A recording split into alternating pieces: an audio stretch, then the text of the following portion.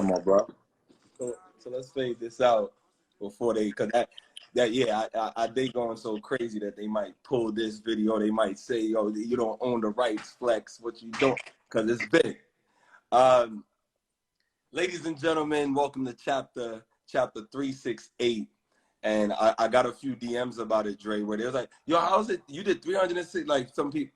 So I said, "No, focus on the 6 because that's the actual chapter." But it was destiny to have you, not just have you, but have you on this day, because putting the 3 right before it and the 8 right after it, that's like somewhat humble beginnings, right? So that's helping take us in the direction of what this is, which is DC, a chocolate city story. Ladies and gentlemen, Dre the Mayor one time. Dre the Mayor's here. You got your production going and all that. Yeah, a little like Dre, the thing is, like, you know, my 7+ years being in the city, and the way that folks like yourself and everybody else that I'm, you know, reaching out to get on this, to be able to tell this. So you guys just welcome me like from the beginning. Like people like you, I remember you pulling up to state. I think one of our first interactions was you pulling up to Stadium.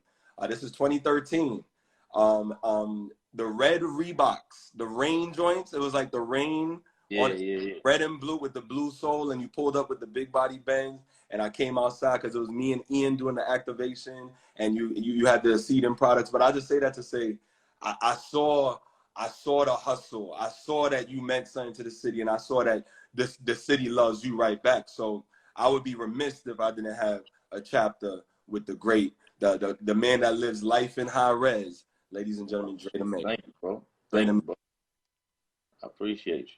So let's take a trip. Well, look, you see what I found in the archives. Oh man, the snap. Sure. Yeah, and of course this joint. When you had this joint, you know what I'm saying? That's what I did with Tony. Yeah, that's the joint I did with Tony. Yeah. Right. So let's go back to, because your accolades, your reach, your influence, your relationships. The way that you move, your aura, your energy, it all derived from in DC. So my thing is, like, tell us your chocolate city story, like as a little boy coming up, and when the light bulb went off for you that you were going to be in the music and the entertainment industry. Well, first of all, I'm from PG County. Got it. I'm from Maryland. And got it. I grew up in Temple Hills, and I grew up actually between Temple Hills and Sea Pleasant. Copy. So like, I stayed with my moms and my grandparents, and then I would go kick it with my dad and his family on the weekends. Sure. My mom and them was on that side of town, and then for NC Pleasant, that's where my dad and his mom and folks stayed at. Got it. So like G and them was saying the other night when they was on there, like sports and intermingling between communities is really like a lot of where it started, like to know people. If you could hoop, if you could play football, that was like your pass into the neighborhood. Like, you know what I'm saying? So like as soon as you go into the new neighborhood, they like, well, I got sure I'm gonna pick him up on our team. If you can play, now you got a whole new set of friends. Gotcha. So my neighborhood in Temple Hills, and then my neighborhood in Sea Pleasant. And can we put a pin on that for a second? I'm gonna keep us on track, because I know my thing is with that. Tell us real quick about, and that's perfect, because think about it. In my mind, you are a part of that fabric of Chocolate City, though. And you know what I'm saying? So can you think about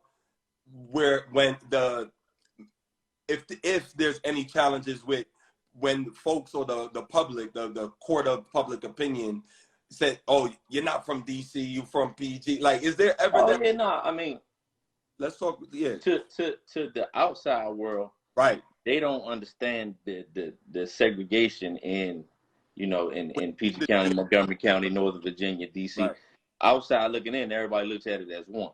Right. But of course, we know there's separation, not even in just DC and Maryland, but even neighborhoods, or even in DC, it's some South Side guys and then some Uptown guys, and then you be from Southwest or whatever. So I just, whenever we doing a local based story, I make sure that I wave the flag, of where I'm actually from. I'm from PG. Right. But what I try to tell everybody, whether they from the city or whether they from Maryland or from Virginia, that when we out of town, we should all stand united as one.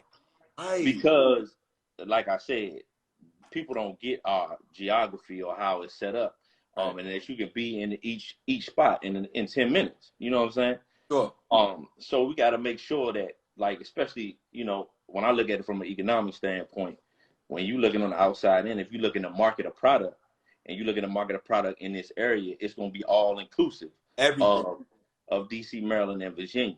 Right. It's even when you look at the radio station, when you try and break a record.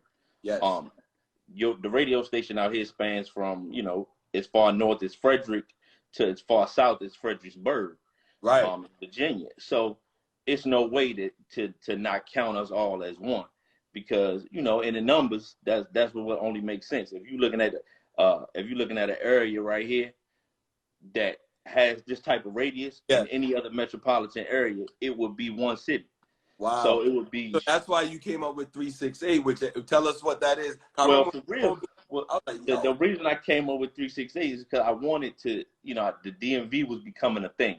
Yeah. And I really wanted to figure out a way to have the name of the company represent the DMV, but without it being corny like DMV Records or DMV Studio. I wanted it to, like, be kind of encoded, that people would be saying it without even knowing they were saying it. Yeah. So this was like, I was sitting at it.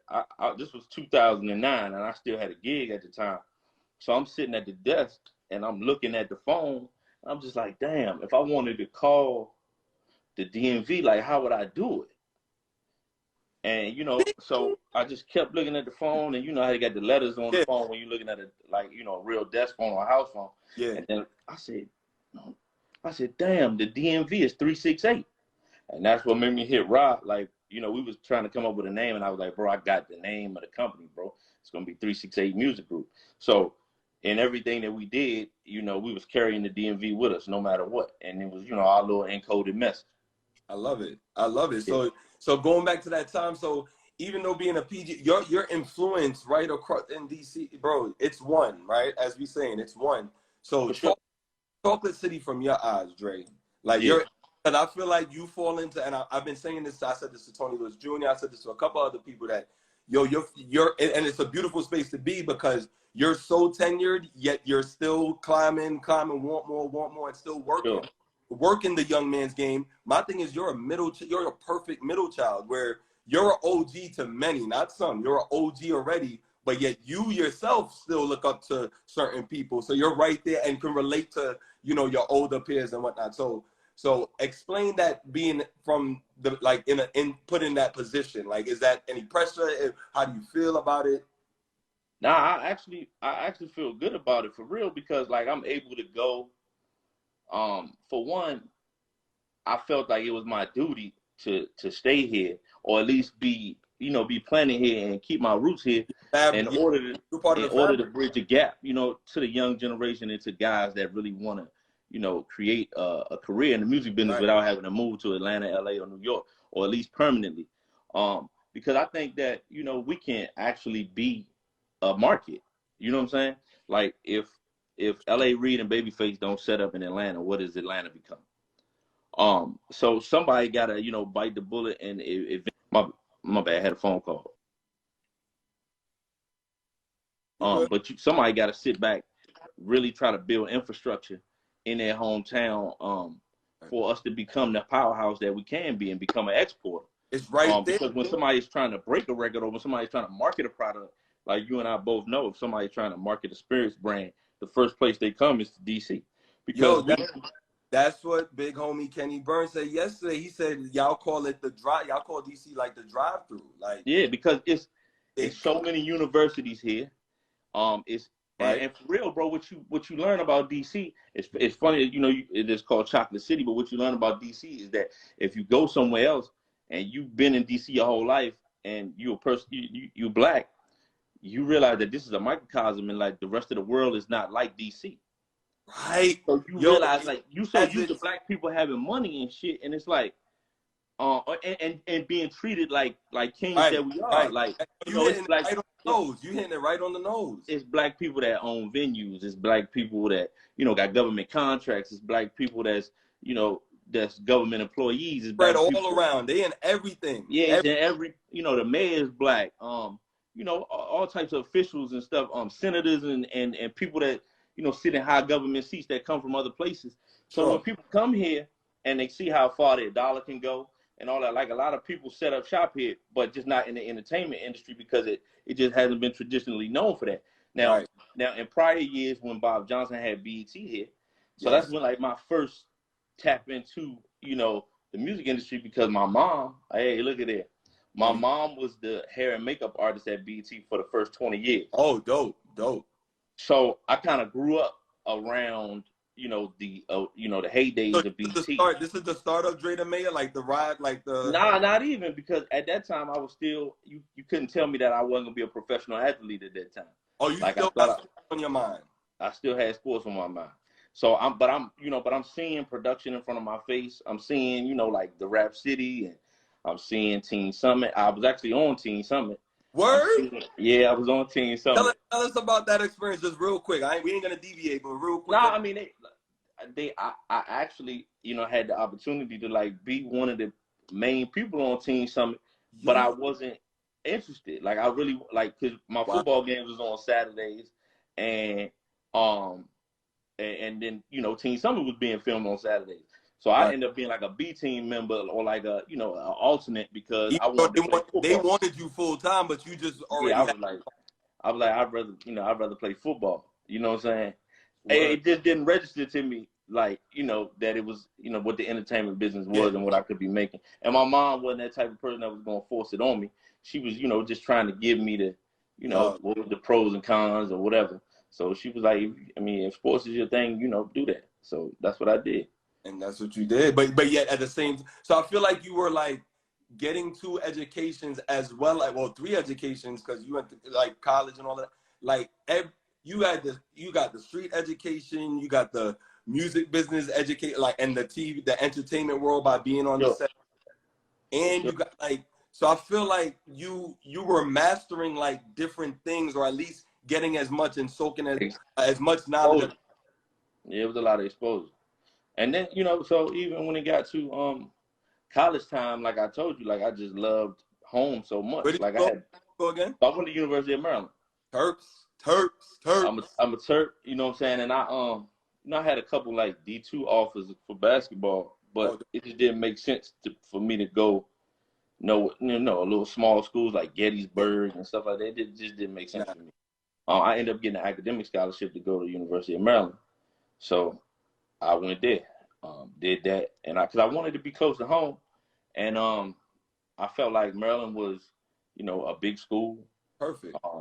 And it was the best of both worlds for me. It still felt like I was out of town, even though right, and that's the experience most of the time that people want to get, right? Yeah, for sure. That out of town experience. Enough away from home, but still being home. And that's what I love about the DMV, because you can go certain places in Virginia, you could go in DC itself, and you could go in PG County and certain places in Maryland, and get a total different experience than the others, right? And makes you feel like you actually out of town. But so what was your first jack of all trade type of trait that you picked up that you besides basketball? So now when did basketball get off your mind and you realize, all right, this is the way I'm even prior to going to college and all that, like even when I was still playing sports, but in the off season, like I really learned. I was like, man, I need to get to the money, like some kind of way. And I was hustling you, like because my parents was always, they would make sure you got what you need, but I was never one of the kids who just had everything that I wanted. Right. So, and I developed expensive taste very early, like very early. What was your first thing that you copped that was just like on some So I remember going to Abstracts. Abstracts was a spot that was on Central Avenue. A lot of people would know like where the Mad Chef was. Abstracts was like across the street from it. Got you. So Abstracts used to carry like Iceberg, Moschino, Versace, all that. And I remember like I had put a little bread together. I was like in the 9th grade or something like that. And I went and bought some Iceberg History jeans and a Versace t-shirt. So my mother thinking, I told my mom I'm going shopping. She thinking like, oh, he getting ready to go and get a bunch of stuff. I come back with 2 pieces. With 2 It was like, how much money was, I was like, oh, it was like $500-$600. She was like, for a t-shirt and some jeans? She didn't understand it.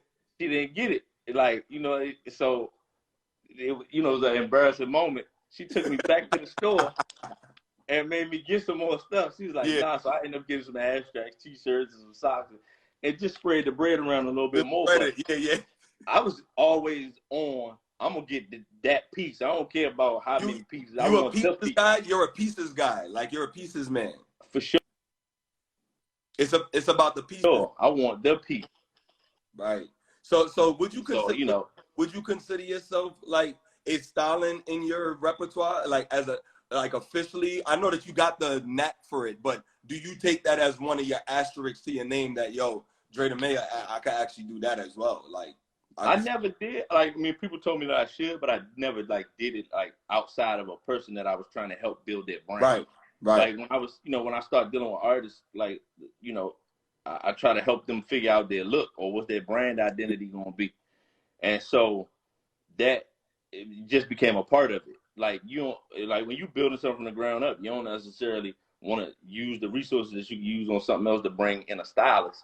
So you're trying to your music sound like this.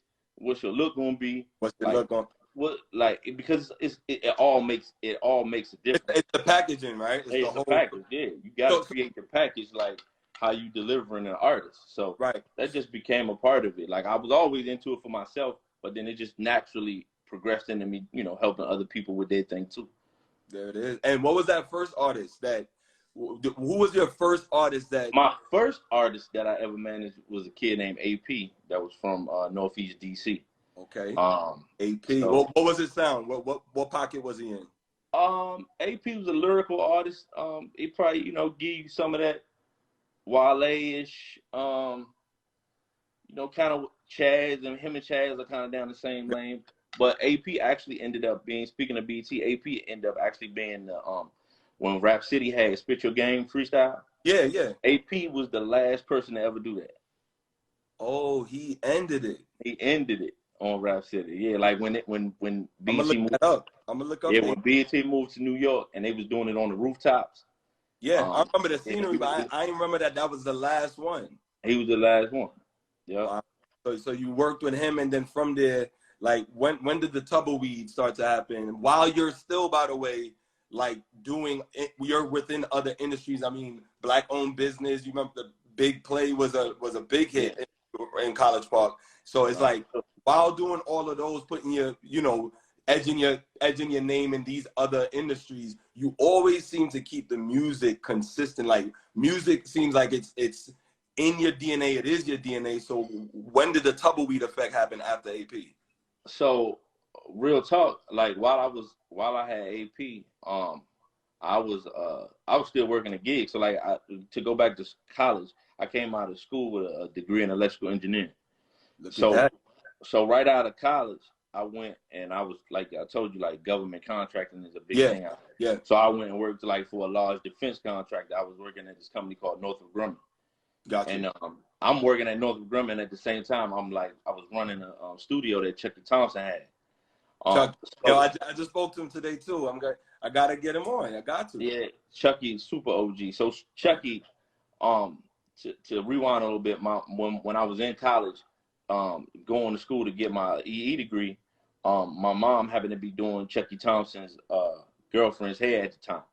So Chuck needed an engineer for his studio. Got you. And so I didn't. My mom don't know the difference between an audio engineer, electrical engineer, whatever. So moms would probably couple all of that, right? For sure. So she said, "Yo, you should link with my friend. He got a studio, and he's looking for an engineer, and I know that's what you're in school for. Yeah. So of course, I'm not passing no opportunity up, and like music is always a thing for me. So I'm gonna jump at an opportunity to be around some music. So I go chop it up with Chuck at his studio, and Chuck's like a real energy guy. So we just chopping it up about life, really. First thing he want to know what's your sign, all that. We smoke a J. He's trying to feel that spirit. Yeah. So so then the next thing you know, I end up being Chuck's like intern, runner, whatever, like all purpose guy. And then I'm teaching myself to run the studio sessions as well. I'm teaching how to record, teaching myself how to record this people ain't and all. part of your job. You just want to learn all these stuff while you're there. Well, yeah, I've just become Chuck's man, and I'm just around. I'm putting it together. And yeah. So so that was cool too,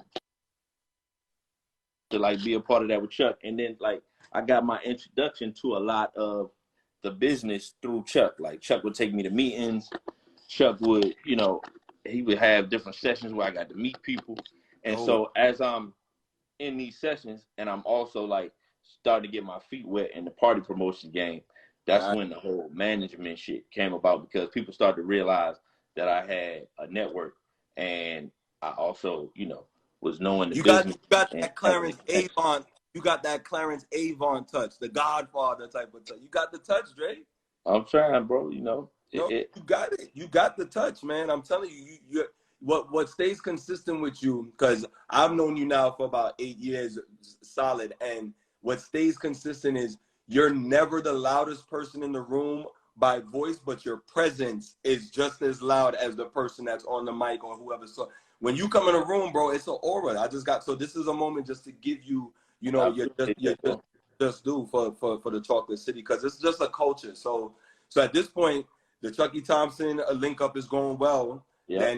Then what's happening now? What's happening? So as that's going on, Mitch matches, of course, with DT Nation. Yep. So same thing, like you said, Mitch kind of like saw something in me on the promoting tip that I didn't really see. And so Mitch pulls me in like, yo, bro, I'm about to start doing this monthly party called First Saturdays, and I want you to be a part of it at Cafe Asia. Cafe. So Mitch kind of like built, that's why he named his company Dream Team, because he put people from all over the DMV together to like assemble what he looked at as the Dream Team. Coming from the basketball background too. Exactly. I just that out though. I'm like, yo, Mitch was. Oh, so y'all met that? Oh yeah, now me and Mitch went to Maryland together. We was hooping all the time. Teammates. Yeah, we was, we were in the murals, all that. We play every day. Like, so. Wow. Wow, I'm learning. That's why I love this series, because I want to learn so much about the city as well. Yeah. So when Mitch put that together, and I'm still at the studio and all that shit, but like that was kind of like at the same time where you had Tabby coming out with Pocket. Got you. And Wale first touching the radio with Dig Dug, and it was just, and then Sexy Ladies with UCB. Right. All of this is happening in the same, at the same time. So it's bubbling. So we making that Cafe Asia party look like, because it's a monthly thing, so everybody prepared for it every month on First Saturday. And it was a big space to fill in, from what I remember those. It was huge. Huge. So like even the go-go community was coming, and like this was like one of the first times where like, in recent times where the go-go community was coming together, because it was like a real divergence between the club and then like the go-go community. So I mean, you would have Alizé spinning. He'll touch a little go-go, give G the mic. He would touch Tabby shit, give Tabby the mic. He touched Sexy Ladies and give Trey the mic. Then Wale shit come on, give Wale the mic. So it's like all of that. So it's just looking like it was looking like it was going, because it was the audience would know all the records, and these are all people from home. Right. So it was almost like a natural, organic outpour and spill of that. We're here as a DMV, like we rocking right now. Like we making our name and our presence felt nationwide. Nah, for sure. That's when it really felt like, oh man, we a part of something. Like this is a moment in history. Like I don't know what's happening, but it's happening. You felt it though. You felt it. Definitely felt it. From there, I was just kind of like a facilitator. Running around with Wale. I went to a few of his first label meetings. Wow. With him. What was the craziest label meeting? And it don't gotta be with specifically Wale, but now that you said it, I definitely wanted to ask you, like, because you've been to hundreds, if not thousands, of label meetings throughout your career at this point. Is there one meeting that really stands out where you thought it was gonna go one way or the other, or there was a good surprise, meaning you was going in kind of nervous, not knowing, where the label might want it to go, and that they surprised. Let's go with that one. The one that surprised you in a good way. Is it? Well, the one that surprised me like in a super good way was like Chaz French's situation. That kind of happened. I was on the road with Wale. I'm thinking for his album About Nothing tour. Got you. And I had met a dude that was so like say Wale's tour was at the top of the year. Yeah. I had met a dude that was an A&R at Motown in Atlanta for A3C that previous October. And so we just kept in touch. So when I'm touching cities with Wale, I'm just reaching out to movers and shakers that I need to tap in with. Yeah. And then I tapped in with my homie Lottery, who was an A&R at the time at Motown when we got to LA. So we linked up. I played him. He had been, really interested in Chaz after seeing him at A3C. And then so he was just asking me about what was going on with Chaz, and then he came out to the show to see him open up for Wale. And then so after that, when we got back to DC, like right after the tour, he was like, "Hey, bro, I want to bring y'all back out to LA, because I'm really interested in the kid." Talking about Chaz. So we go to Motown, and it was like, bro, I was in there for an hour, and the next thing you know, I was in there for 10 days because they was like, "We not letting y'all go home, like until y'all sign." So it was like, man, like, I ain't expected to go that way at all, but yeah, we end up leaving. We went to LA and then end up leaving for 2 weeks later until we had a pub deal and a label deal with Motown and Universal. Oh. So, that was a cool play, and then at the same time, once the industry is funny, man. Once somebody is interested, then everybody's interested because how does what do you think that is? Does it take that one? Oh, it's the FOMO. And niggas be like, oh, hold up, maybe I'm missing something. And if somebody puts something on the table with you, then they feel like, oh, we can't miss this train if it might be worth something. Right. So us at first we went out there, really nobody really wasn't on our line, but then we had Rick Rubin invite us out to the crib before we left, so we went out to Malibu, but we had already locked in at that time. But it was dope to meet Rick, play him some records. But we just made a lot of relationships over that week while we was putting that play together. And it's kind of like been rolling ever since. And that's been 4 years at this point. 4 years, rocking. So you mentioning Rick Rubin just sparked something that I know that your friends as well as like great business associates with the Rick Rubins, you know what I'm saying, Puffs, like you've been around all of that. Which one of those moguls, because you're a mogul in your own right for sure, but which one of those that were been in the game longer than you that you look up to and still salute, which one of them that you've met and have the conversation and just kicked it that you see strong similarities in yourself, that you know that magnetic connection that you just feel it like you're gonna be that way when you get which one of these famous celebrity friends of yours that I think I take a little bit. I think the DMV and the DC aura about us and the way I do things that's a little bit different than those guys is what draws me to them. And them to me, vice versa. Like you said, for one, not being the loudest in the room is a thing that kind of come from us. Come from this being in this area because, like, in order to move, like, music and the streets go hand in hand. So being able to have influence in music and influence in the culture, you gotta be able to move around in the streets and be respected. Yes. And that ain't always about, especially in DC streets, like in past times, being the loudest end up either getting you late and you getting locked up or you getting killed. Talk about it, right? So I couldn't be the loudest, and I had to learn how to move around. You move stealth like Dre. You're a stealth like you remember Metal Gear Solid and Cypher, those video games where you move so stealth, bro. But continue. You can't move the loudest around here and think that's gonna give you some longevity. You know what I'm saying? Because it's just not set up like that. Like, for many reasons.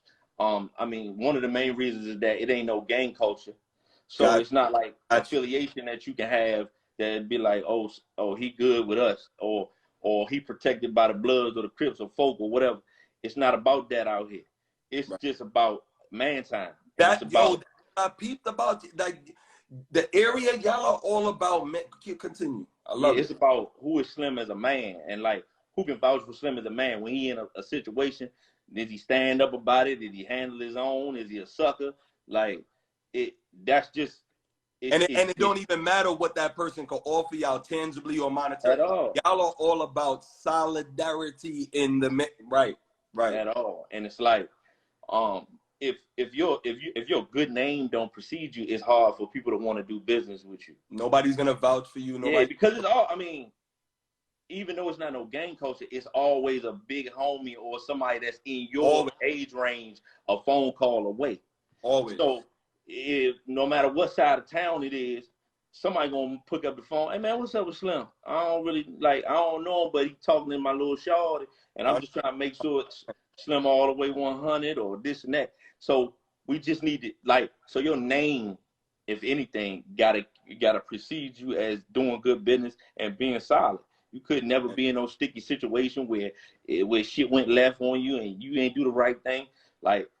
And that was just the biggest thing for me, is always learning to move with respect the guys that came before me, teach the guys that coming after me respect, and giving respect where men gave me respect. Sure. And that's on any level. That's whether that's sports, whether that's business, whatever. Like, you can't fold to nothing because DC and especially this area, when they smell blood, like, they attack. Oh, it's clear. And you know what I'm saying? So if you don't walk around like you gonna hold your own if something goes a certain way, then people gonna see that immediately. Absolutely. Yeah, and it ain't about being no tough guy. No, it's just about being able to hold your own. So that being able to come from this type of atmosphere, going in them fake atmospheres, it's easy to tell. It's really easy to just know what's what and just stand back and kind of like be a fly on the wall, and then have something of value to give once you do say something. Because you know that, when you open your mouth, it got to be law, and it can't, don't be doing no fabricating in order to make somebody feel like you somebody that you're not.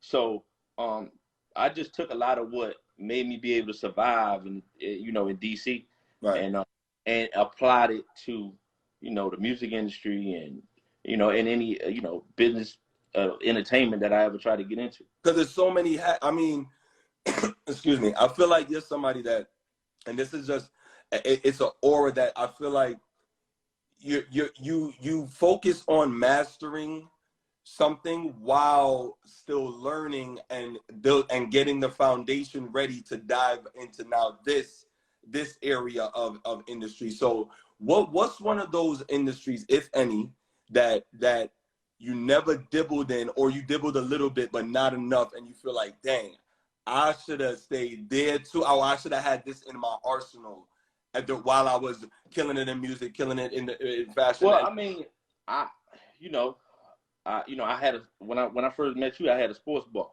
right? And the sports bar was kind of my stab at using my influence, in order to bringing people together, but I had my own spot, but not a club. Which the Tenders was amazing, by the way. I still remember. Continue. And I didn't really, a lot of my OGs was telling me that was a hard business to get into, and be careful about that, and everything that they told me was true. Food and beverage everything that they told me about it was true. And the one thing that I learned, like, I look at that part of my life as like an MBA, or like going to get a master's, because it taught me so much about bottom line and staffing and processes and shrinkage, and just about managing people in general. Right. So I was undercapitalized when I went into that situation with my partners, and I kind of looked at it as a point where I was just going to be able to be an investor, and I wouldn't have to be in there all the time. But it was kind of sold to me that my partners were a little bit more experienced than I thought. So then that's why, so I had to get in there and like really be working in there. So like it kind of after a while it felt like a prison to me, because everything that I was able to do to make me who I was, right, I kind of had to lose some of that in order to be in there all the time. Like, I'm working the spot.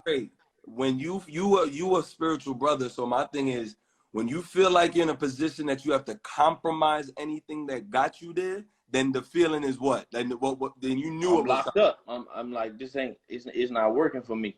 So you know, I mean, it was like I wouldn't trade it for the world because it made me a tougher person. learning. And one thing that my pops told me about that situation, like our first year we turned over $1 million, but the $1 million went like right back out the door.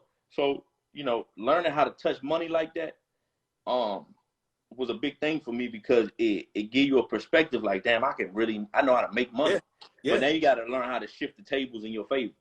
So like making money is one thing, but then shifting the tables where you can keep a lot of it is another thing. So learning how to where to cut overhead and all types of things like that was a very that you key. probably can't even learn unless you go through it. Unless you go into it, like, because nobody can explain it to you until you, and you don't know all the moving parts that go along with a business until you like really, you know, knee deep in it yourself. So I had to get knee deep in it, take big L's that it probably give people a stomach ache, but you know, it is what it is, and like it made me stronger for doing it.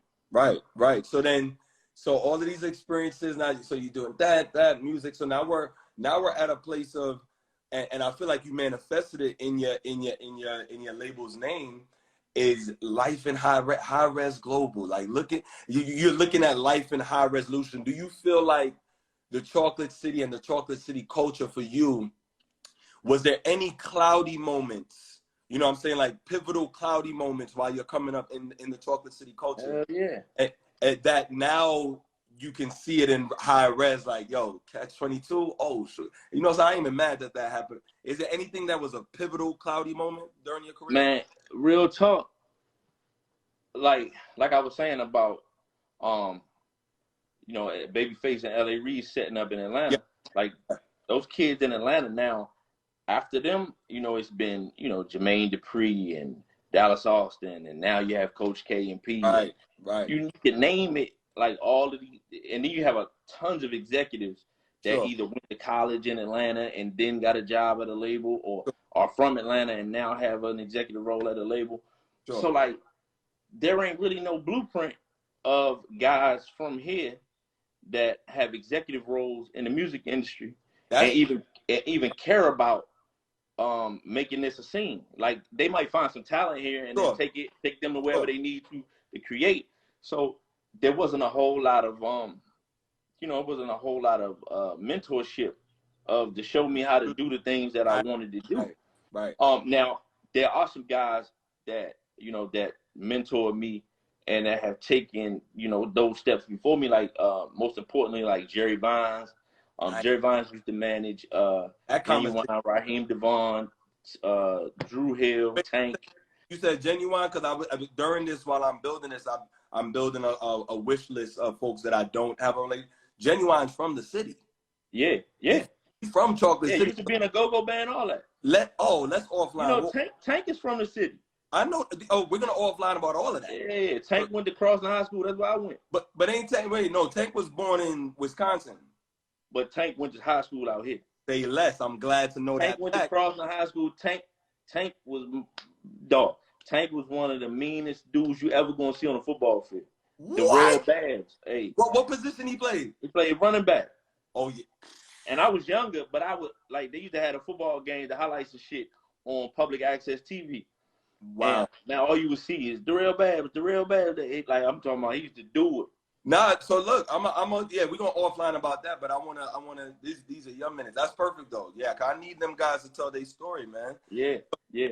So but like I was saying was that goes back to what I was also saying about being the loudest in the room. Like guys like Jerry, like they got in the industry, got their money, and there wasn't a social media platform or things like that to broadcast shit that was going on. And them guys is ex-street guys, so they was quiet about what they was doing. Right. You know what I'm saying? Like who needed to know knew, and who didn't need to know didn't. So you know, I think the timing of what's happening in our area now is right for us. It ain't right for, you know, and that's always how DC moved. Like our street music being go-go, and that was our thing for like we wasn't caring about what the rest of the world was doing. We on our own vibe. And I think that our wave is happening at its own time. Right now, the way it feel like in DC, it feel like it's like 92 in Atlanta. Ooh, you gonna take it to 92? Yeah, I mean, as far as culturally, what people seeing stuff come out, because I think the start of like the true renaissance of people realizing that this was a market, like I told you, like around the Wale's and Tabbies and UCB, all that was happening at one time. Then right after that, you had Obama's first term. And so with Obama's first term, so now we in 08. Yeah, 08. And you got an influx of people coming in. And so you seeing all these people from different walks of life and other places calling home about what DC about. Look at that. You know what I'm saying? Like they move out here to try to, work with Obama or be around the new energy and what's going on. And so now it's like, and while they're here, they're getting familiar with the naturally. They're getting familiar with what's happening. Like they turn on the radio, they turn on KYS or PGC. Yeah. Oh. Exactly. So like all of that and all of them things have built it up to now where you got, like at that time it was super hard for a DC area rapper or hip hop artist to garner the attention of a major label. Right now, it's kids getting major deals from here every other day, and it's every other day.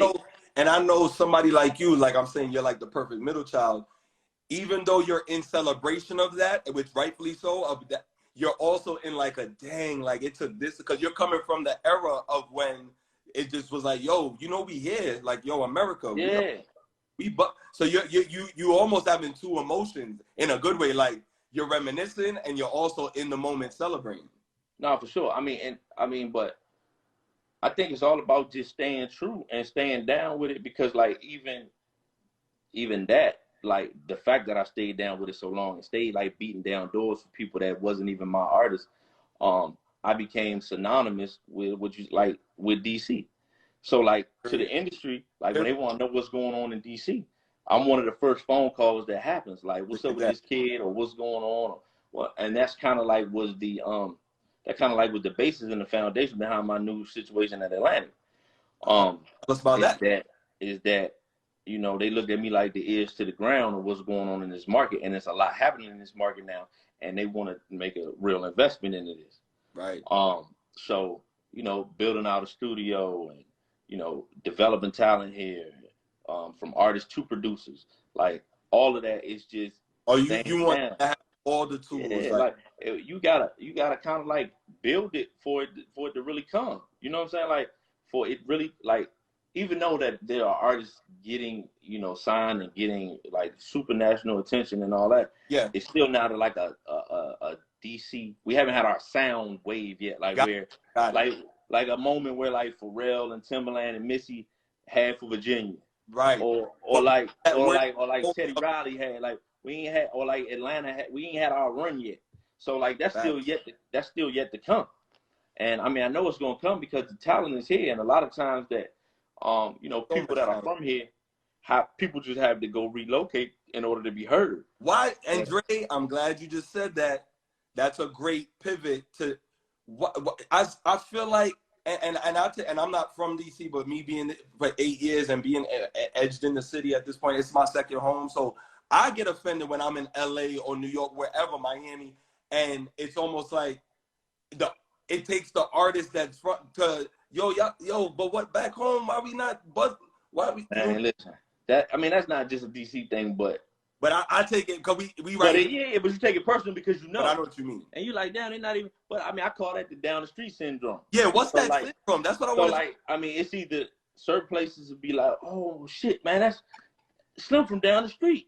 But a lot of times in DC, nigga, man, fuck that nigga, he from down the street. Real talk. So it's two ways to look at it. Like you can either champion Slim because he's from down the street, or you can hate on it because he's from down the street. And that's why does a lot of people choose hate in the like sometimes in the chocolate city specifically? A lot of it is because once people have a view of, once they put you in a place, they feel like that's where you're supposed to stay.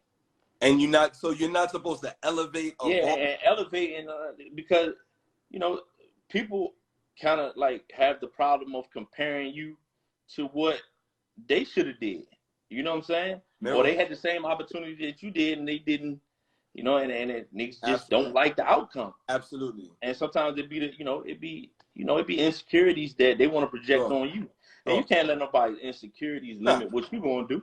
Nah. You know what I'm saying? Like, because I mean, it could have been plenty of times where, you know, I mean, it had been plenty of times. I know niggas be like, man, the music shit ain't gonna work. You wasting your time and this and that. Like, and you just gotta keep on going. Like, you can't worry about what nobody else got to say, because at the end of the day, you the only one got to endure what you need to go through in order to get your goals, and you the only one at the end of the day gonna pay your bills or pick yourself up off the ground when you scrape your knees. Preach.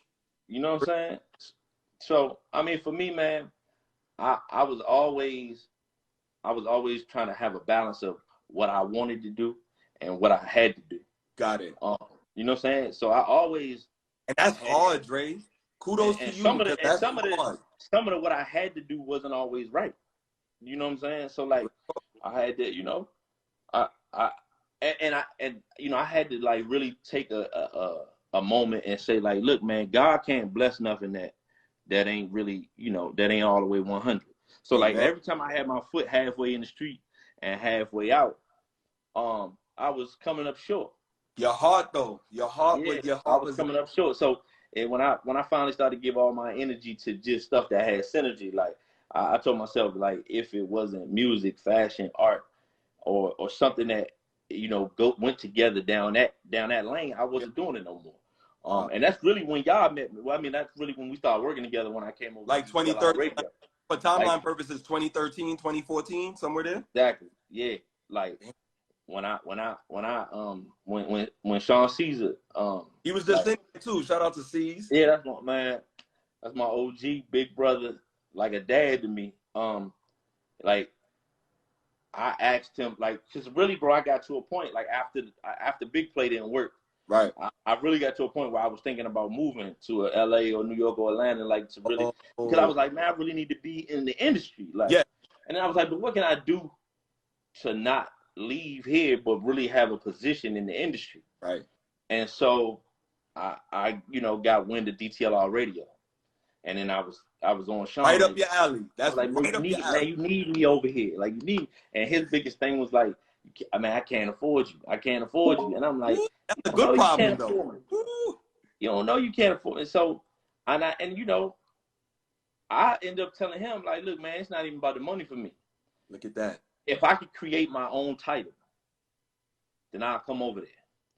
And so he let me create the title of, I think I was like lifestyle and artist liaison or something like that. Mayor, for real. Yeah, so I mean, but it was really about me, for the platform that I had, that I was going to meet people, that I was, you know, I got an office in the corner, and then like from there, that's when the Spirits brand started to come around, and I was able to leverage the relationships that I'm running the plays at DTLR with the Spirit. Then the Cavassier came into play. Whole lifestyle aspect.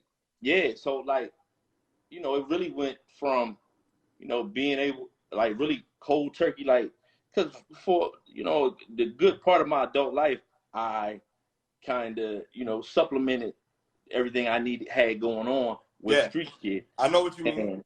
Yeah, so I just had to say, like, look, man, I'm not doing any of that no more. Like, it's all gonna be. You cleared it all out your system. Yeah, so like, and DTLR radio was the first step in that direction for me, and it just seemed like at that point, you know, when God realizes, I feel like when God realizes that you're willing to give it up, then that's when he gonna meet you halfway. He started throwing you mad oops, like, here, Dre, you do this. Now, you know, let go of.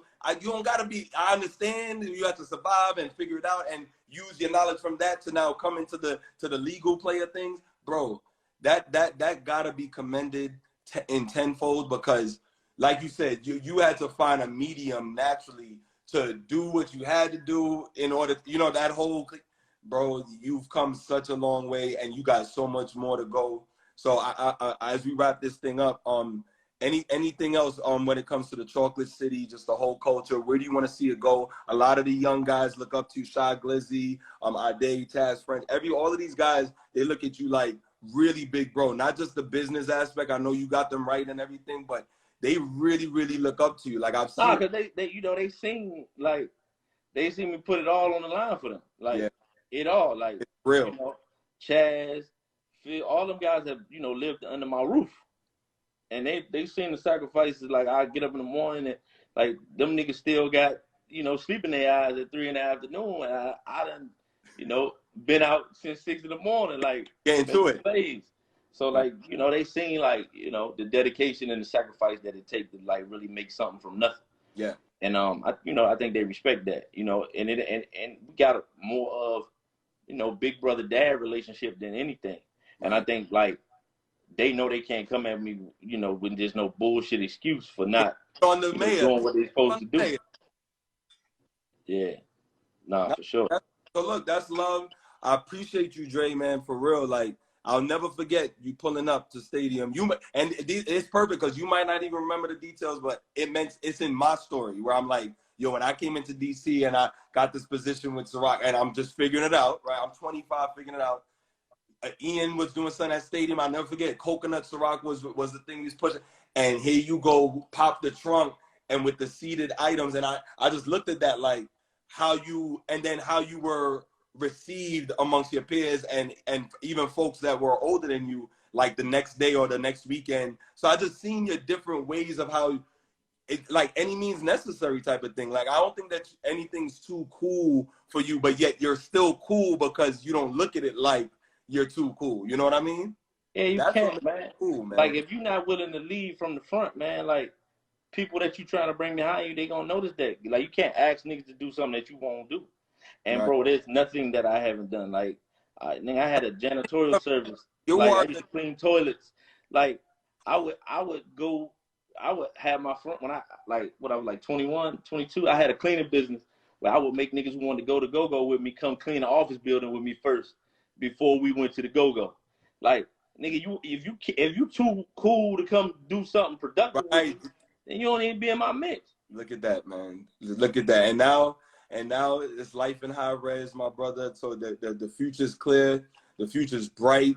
Because of what you continue to have in you, and also what you're willing to show the next generation of the Chocolate City. So my man, my brother, one of the OGs. And you better accept it. I told KB, he said yesterday, he was like, yo, stop, calling me Unc. I said, no, it's a term of endearment. Like, I'm trying. Nah, man, niggas start calling y'all ain't trying to grow. Y'all ain't trying to get man, I ain't even 40 yet, and I'm getting the Unc and all that. but it's all, when I tell you it's from the purest part of the heart, like, yo, y'all cats is amazing. And Dre, you are truly, truly, truly the mayor, one of the mayors. I mean, shout out to the mayor though, because Sean Townsend, by the way, tomorrow Sean Townsend is on the DC Nightlife Mayor. He's right here on the Chocolate City Story. He said the mayor enjoyed this one.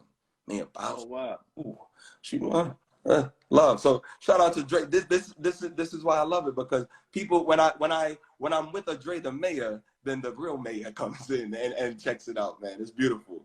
Dre, happy early Father's Day.